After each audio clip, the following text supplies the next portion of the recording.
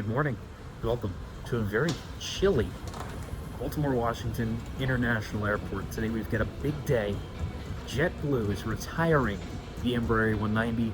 I'm not on the last flight, but I'm on the second best thing, the penultimate flight. First, we've got to get to Boston.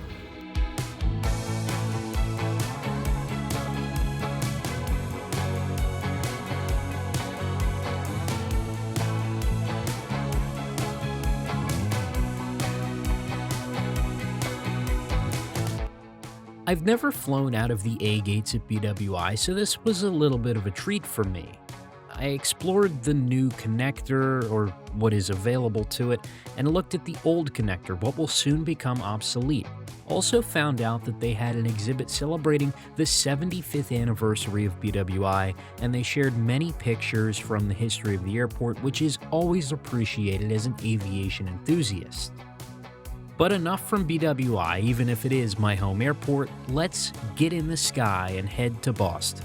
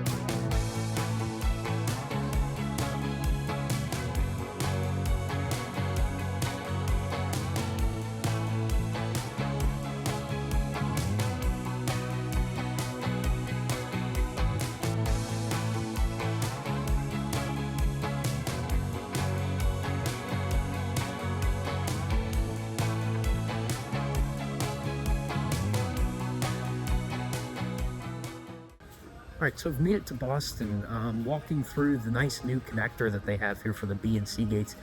Very nice airport, very good flight on Southwest, but the main event starts right now.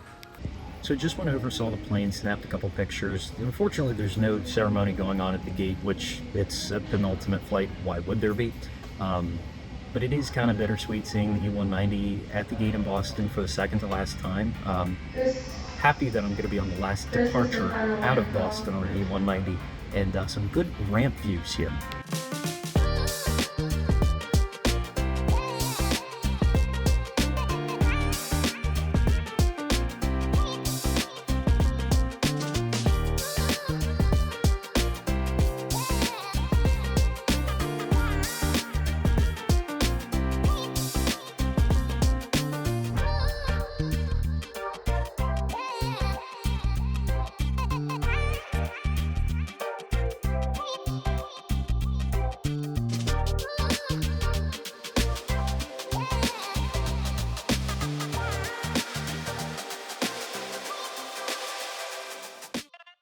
We began boarding and I found my seat in 7D. It was a nice touch that Warren Christie, the COO of JetBlue, was actually our captain for this flight.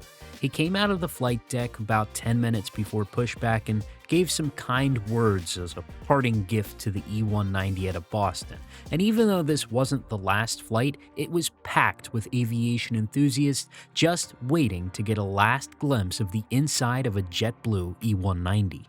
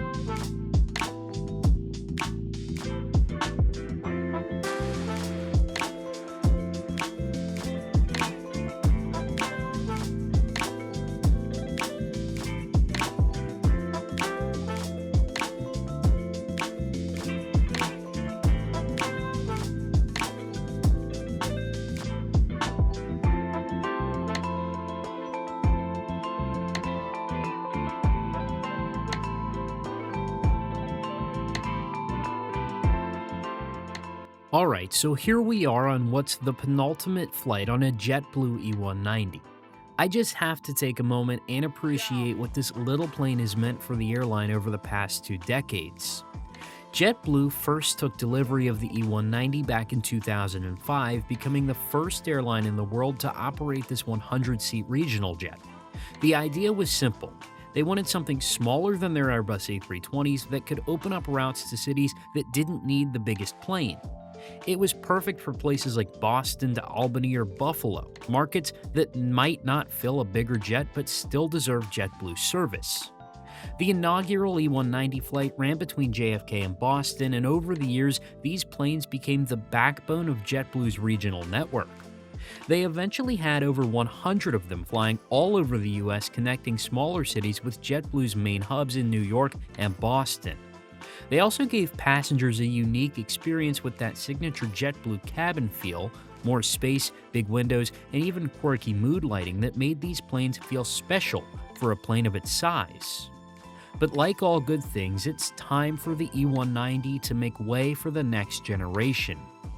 JetBlue has slowly been phasing these planes out in favor of the Airbus A220-300, which is more fuel efficient, has modern engines, and offers similar passenger experiences, but bigger and more future-proof for the airline. So yeah, this flight is part of that final chapter. It's kind of surreal being in the air on this plane knowing that it's almost done with its JetBlue career. The E190s have connected millions of passengers to hundreds of cities, helped JetBlue grow, and really defined the airline's strategy for 20 years. As we descend through the clouds on this penultimate flight, I can't help but feel a little nostalgic, but also excited to see how the A220 will continue JetBlue's story in the skies.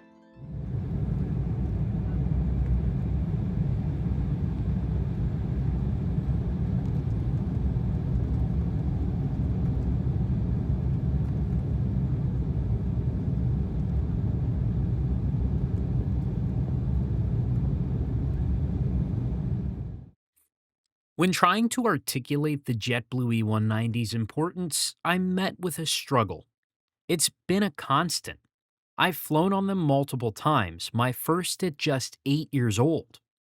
I visit DCA a lot, and I've always enjoyed catching them on arrival from Boston or New York or even Nantucket, a staple of the U.S. aviation industry. Maybe as much as a Southwest 737 or a Delta 757. They've just seemingly always been there. I didn't fly JetBlue much, but for the 4 JetBlue flights I did take, 3 times, my ride was their E190s. They weren't flashy, but they weren't supposed to be. They weren't the nicest, they weren't the cleanest. But let's be real for a second. A JetBlue plane with the most legroom and economy and a seatback screen was always a treat for a young kid who loved aviation. I don't really know why I felt the need to book this ticket, and again, I didn't ever fly JetBlue too much, but I knew it would be an amazing experience to have.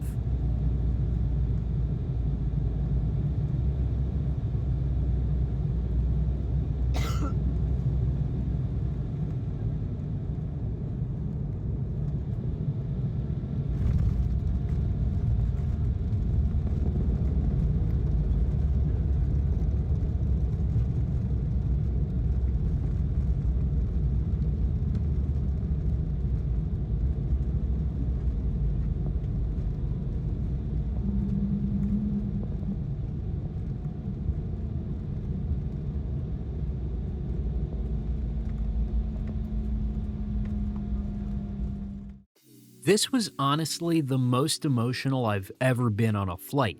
I didn't cry, but I knew and felt the importance of what I was just a part of. It truly was the end of an era. As for a celebration, JetBlue knew exactly what to do.